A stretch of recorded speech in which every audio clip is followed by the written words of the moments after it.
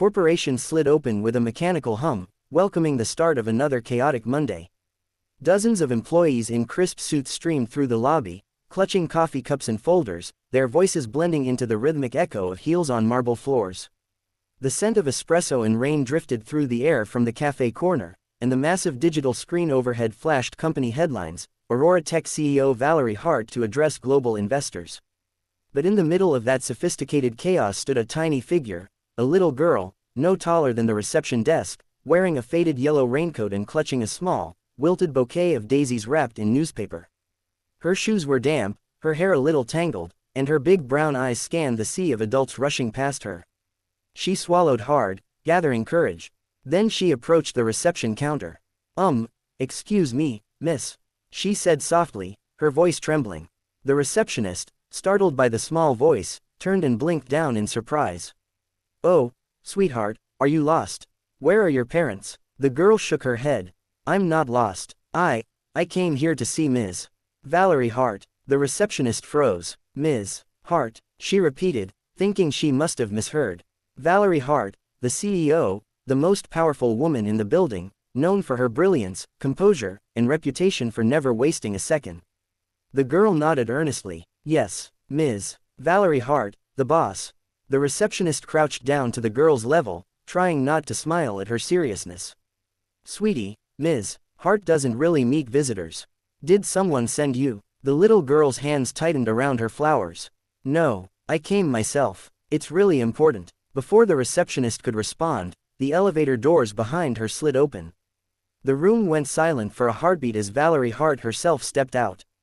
Tall, elegant, and poised, she wore a tailored gray suit and her signature black heels. Her dark hair was pulled into a perfect bun, her expression calm, unreadable, as always. "Ms. Hart," an assistant hurried up to her. "The press call is in 5 minutes." Valerie gave a short nod, then glanced toward the front desk. Her eyes landed on the little girl, small and out of place amid the polished luxury of the corporate world. Something in the child's timid posture made her pause. The receptionist stammered, "Ms. Hart, this little girl says she came to see you."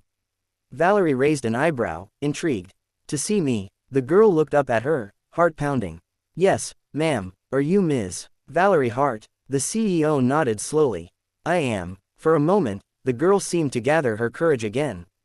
Then she took a shaky breath and said, "I just wanted to ask you, if you could be my mom." For one day, the entire lobby seemed to fall silent. Even the assistants froze mid-step. Valerie blinked, caught completely off guard. "I'm sorry." The little girl bit her lip, her eyes glistening. "It's just, tomorrow is Mother's Day at school. Everyone's mom is coming, but mine can't, so I thought maybe, you could be mine for one day." Valerie's throat tightened, and for once in her career, she didn't know what to say.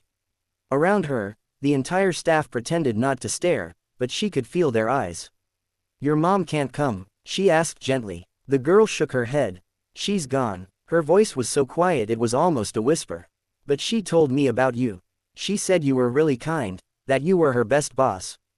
Something shifted in Valerie's expression, a flicker of recognition. She knelt slightly, her voice softening. "What was your mother's name?" "Lena Brown," the girl said, a small, proud smile tugging at her lips. The name hit Valerie like thunder. Lena Brown, her former assistant. Bright, loyal, and endlessly optimistic. Valerie had lost touch after Lena's tragic accident 2 years ago. She'd attended her funeral quietly, standing in the back, haunted by guilt and memories. Valerie's gaze dropped, and that's when she saw it. Around the girl's neck hung a delicate silver heart-shaped necklace. Her breath caught. She knew that necklace. She had given it to Lena years ago as a token of appreciation, a charm engraved with the words, "Believe in yourself." Valerie's voice trembled. "That necklace, where did you get it?" The girl touched it gently. "My mom said her best friend gave it to her. The one who helped her believe she could do anything." For a moment, Valerie couldn't speak. She saw flashes of the past, late nights working with Lena, her laughter, her dreams for her little girl. And now, that little girl was standing before her, asking for something Valerie never thought she'd be capable of giving, love. Finally, she knelt fully, lowering herself to the child's level. "Emily," she whispered, her voice breaking for the first time in years. "You don't have to call me Mom. But if it's okay with you, I'd love to come tomorrow." Emily's face lit up instantly, pure joy spreading like sunshine. Really? You mean it? Valerie smiled, a rare, genuine smile that reached her eyes. I mean it. The little girl threw her arms around her neck, and for the first time in a decade, Valerie Hart, the cold, untouchable CEO, felt warmth flood her heart. As the child held her tightly, the powerful woman who once believed she had everything realized, maybe she had been missing the one thing she needed most all along, someone to call her family. The next morning dawned bright and golden, the kind of spring day that made the city shimmer. Valerie Hart's life usually began with sharp meetings, stock reports, and a flood of emails, but today, her calendar was empty. She had cleared it herself. For the first time in years, her assistant was stunned to see, personal day, do not disturb. Valerie stood before her full-length mirror, uncertain. Her designer suits lined the wardrobe like a wall of armor, gray, navy, black. She'd worn them all to win battles in boardrooms and fend off ruthless competitors. But none of them felt right for today. After a long pause, she reached for a soft cream blouse and a light blue skirt. No sharp edges, no symbols of power. Just human. As she got into her car, her driver glanced back, surprised to see her holding a small bouquet of daisies, the same flowers the little girl had brought her the day before. Different kind of meeting today, Ms. Hart, he asked with a smile. Valerie looked out the window, her gaze soft. Yes, Thomas, the most important one of my life. When she arrived at Willowbrook Elementary, the sight before her made her heart squeeze. The playground was filled with laughter and color. Mothers carried picnic baskets and children ran in circles with balloons. Teachers arranged tables under white canopies, each one decorated with flowers, drawings, and handmade cards. But amid all the excitement, a small girl stood near the fence, her yellow dress fluttering in the wind. Emily clutched her backpack and kept glancing at the gate, searching, hoping. And then she saw her. Ms. Hart, Emily shouted, breaking into a run. Valerie barely had time to open her arms before Emily threw herself into them. The little girl smelled faintly of strawberries and crayons. You came, she cried, her voice bubbling with joy. I told you I would, Valerie said, smiling warmly.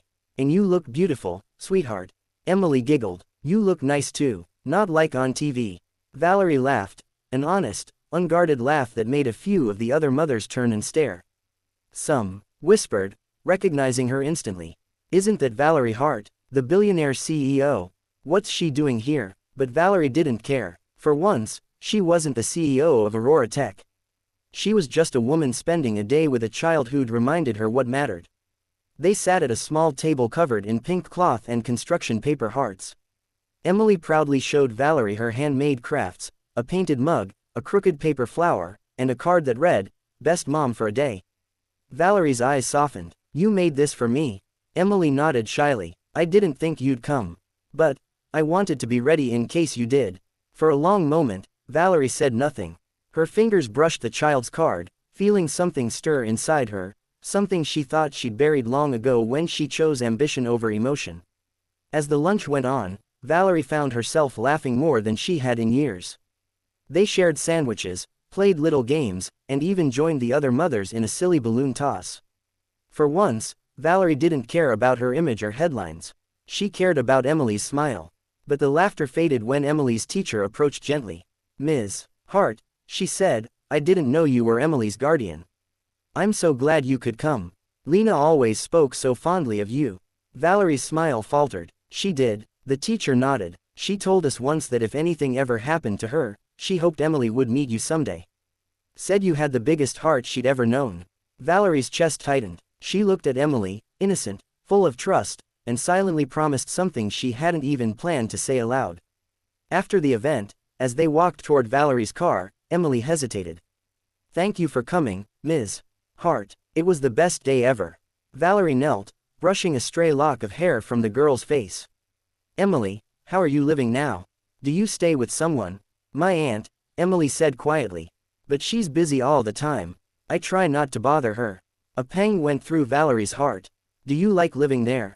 Emily shrugged. It's okay, but sometimes I just wish my mom was here again. Valerie's eyes glistened. She reached out and gently squeezed the girl's hand. Emily, I can't bring your mom back, but I can make sure you never feel alone again. Emily tilted her head, confused. What do you mean? Valerie smiled softly. I mean, how would you feel if I saw you more often? Maybe on weekends, we could go to the park, or bake cookies, or even just talk. The little girl's face lit up brighter than the sun. Really? You'd do that? Valerie nodded. I would. And not just because your mom was my friend, but because you've already made me feel like family. Tears welled in Emily's eyes as she hugged her again, tightly, as if afraid to let go. Valerie held her just as tightly. At that moment, the billionaire who once measured her life in profits and power made a quiet vow, not to a shareholder or investor, but to a child. From now on, she wouldn't just own success. She'd share it, beginning with the little girl who had reminded her what love truly looked like. And as they stood together under the blooming cherry trees outside the school, Valerie looked up at the sky and whispered softly. Lena, I found her. And I'll protect her, just like you would have wanted. Days passed, but the warmth of that Mother's Day lunch lingered in Valerie's heart like a melody she couldn't forget. For the first time in years, she left the office early, found herself smiling at the smallest things, the laughter of children in the park, the sight of daisies in a flower shop window, even the simple silence of her penthouse. But one night, as the city lights flickered beneath her balcony, she received a call that made her blood run cold. Ms. Hart, said a man's steady voice, my name is Robert Hale. I'm the attorney handling the estate of Ms. Lena Porter. Valerie froze. Lena Porter. Yes, the man continued. She mentioned you by name in her will. There's something she wanted you to have. It's rather unusual. The next morning, Valerie drove to the small law office downtown, her heart heavy. She hadn't seen Lena in years, not since their internship days, when both had been ambitious dreamers in the same hospital's administrative wing. Life had carried them to different worlds, Valerie to the boardrooms of power, Lena to a life of quiet resilience. When Valerie entered the office, the lawyer gestured to a small wooden box on his desk. She asked me to give this to you personally.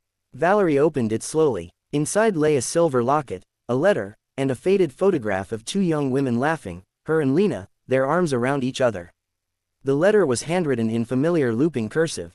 Greater than my dear Val. If you're reading this, then I've already gone somewhere you can't follow yet. But before I left, I wanted to tell you something I could never say when we last met. You were always meant for great things, Valerie. I saw it even when you didn't. But greatness can be lonely when it's built too high above the world. I never wanted you to forget what it means to be loved, to be needed. That's why I'm asking one last thing of you, take care of Emily. You see, she's not just my daughter, she's yours too, in a way. Because without you, she wouldn't be here. You once helped me when no one else did, paid for my surgery, saved my life, and gave me a second chance. Emily is that second chance. If she ever finds you, promise me you'll let her in.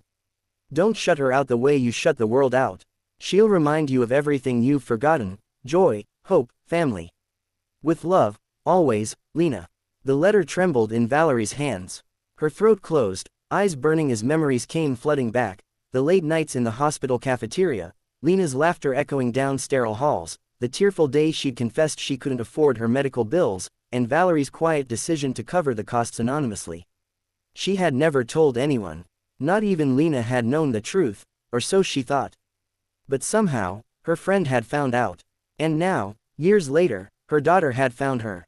Valerie pressed the locket to her chest, feeling something break and heal inside her all at once.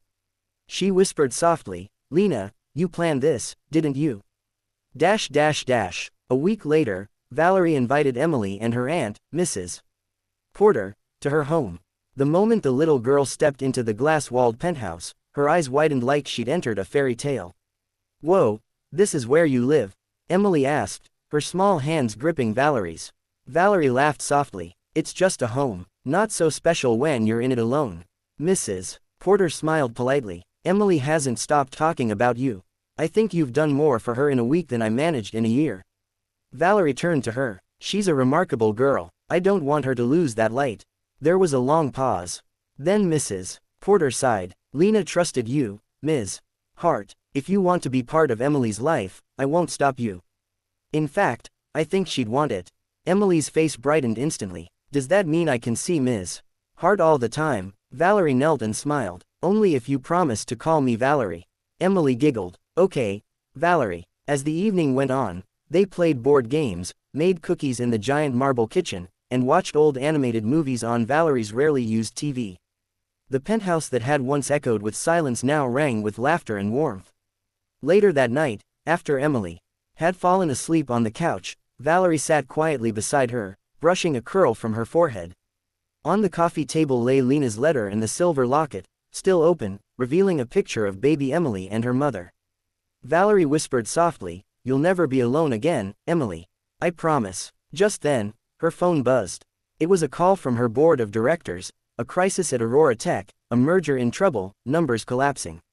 For the first time in her career, Valerie ignored the call. She turned her phone face down, pulled a blanket over Emily, and looked out at the city skyline. The billionaire who once thought love was a distraction now realized it was her greatest wealth. Somewhere above the glowing city, she imagined Lena smiling, her best friend's voice whispering through memory. "Greater than you finally found what really matters, Val." And with tears glimmering in her eyes, Valerie smiled back into the night. "Yeah," she murmured, "I did."